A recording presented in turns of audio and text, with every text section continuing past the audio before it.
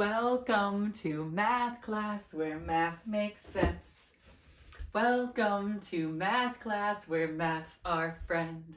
Today's lesson, we're going to complete the square, but when the leading coefficient isn't 1. So, let's start out with a function.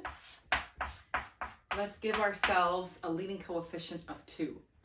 Now we're going to do something else today. We're also going to see what happens when we get fractions. Don't fear! Math love is here. Fractions are our friends. They're not scary.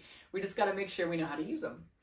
So let's give ourselves something like 5 that's not going to divide evenly. And I'll give us a 10. Okay, so what's going to happen? I know this is facing up. I can do a little standard form. X squared plus bx plus c. A shows the end behavior to me. Negative is down, positive. This one's pointing up. C shows the value where it crosses y. Okay, so this crosses the y-axis at negative 10. We can keep going and get the axis of symmetry. That's songs for another day.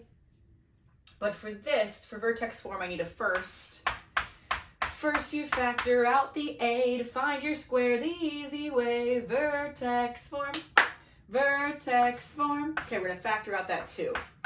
Okay, friends, this is where we get a fraction. Again, don't fear. 5, I'm factoring out the 2. I just divide everything by 2. That's what factoring it out means. Divide out the factor. Okay, so now, first you factor out the a to find the square the easy way. Vertex form. Vertex form. Make your space, half your b, then you square to find your c. Okay, I made my space, half your b. Don't fear.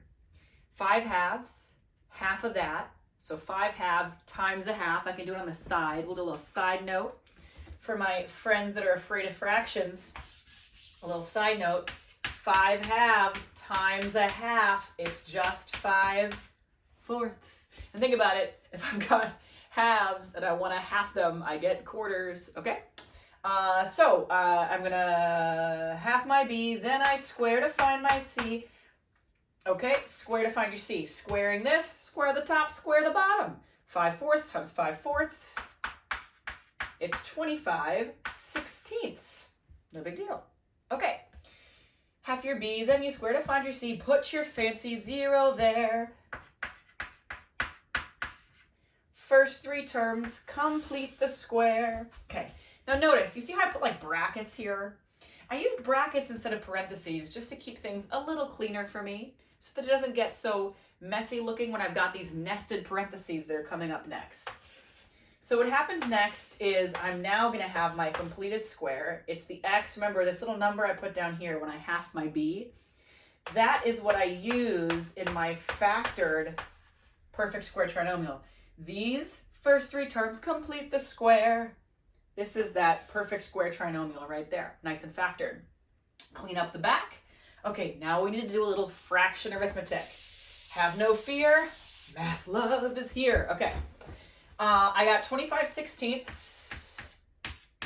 Excuse me, a negative 25/16. I've got a negative 5. All right, friends, we are going to rewrite that 5 as 16ths. How do I do that? I do 5 times 16 over 16. Just like that.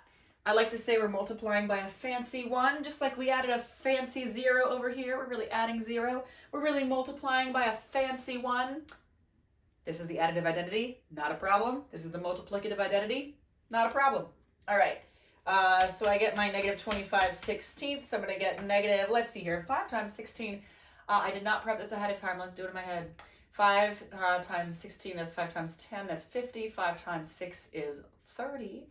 And so 50 and 30 is 80. Okay, 80/16. Negative 25, negative 80. That gives me a negative 105/16. One of the tricks is just to not get afraid of fractions. Hello, negative 105/16. You're a lovely number. You're going to go right here. I am not afraid of you. Okay, so here's what happens. After I do this, the one piece is that I do need to distribute that 2 back in. I divided it out, and now I gotta multiply it back in. So it goes here, and it goes all the way to that 105/16.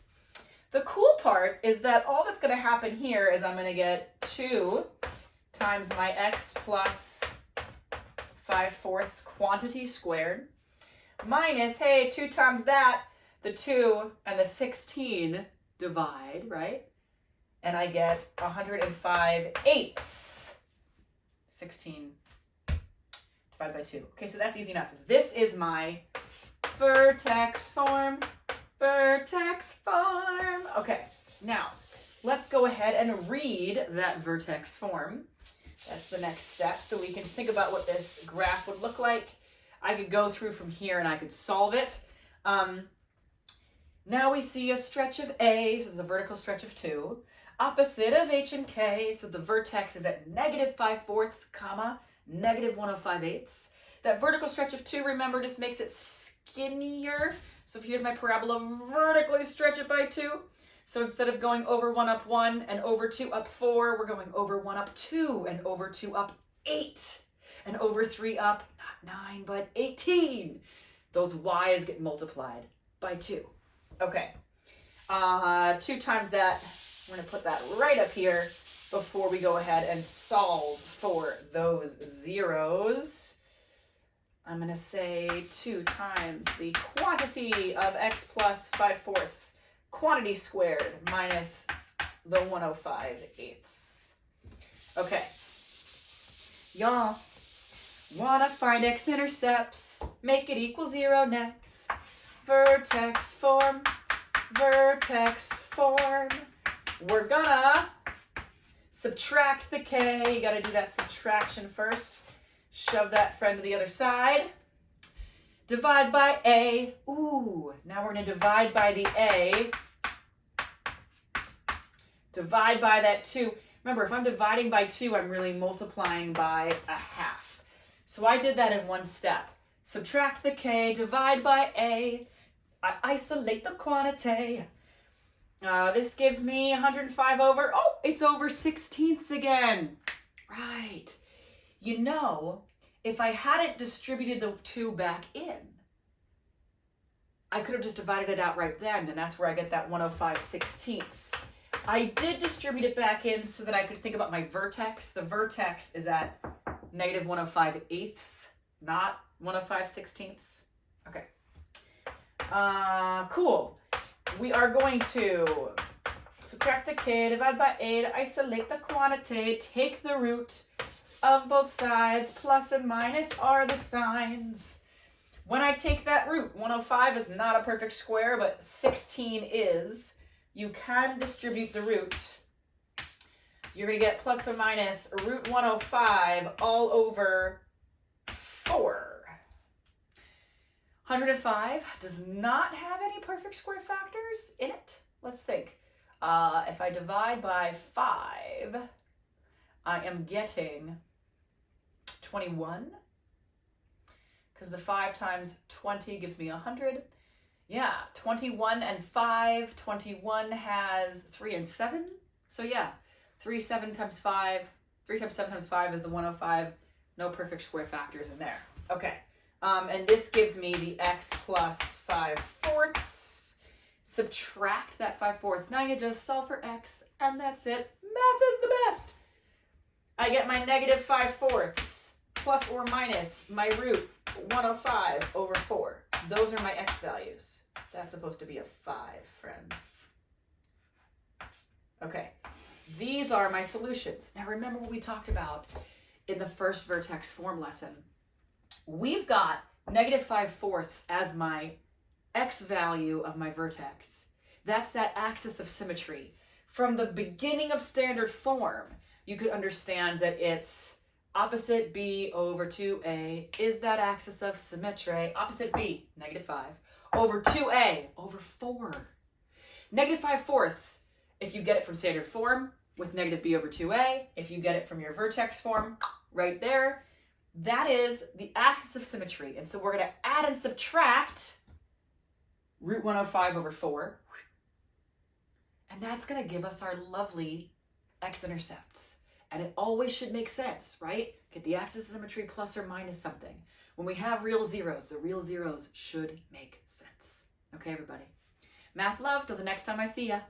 Just a note, if you're liking these lessons, please subscribe and share and follow along and comment and like and watch and all the things to help support me in making more of these and being able to devote my time to helping all of you and spreading the math love. Thanks. And I forgot, stream the songs, listen to the songs. Vertex Form, Standard Form, they're super helpful for remembering your quadratics.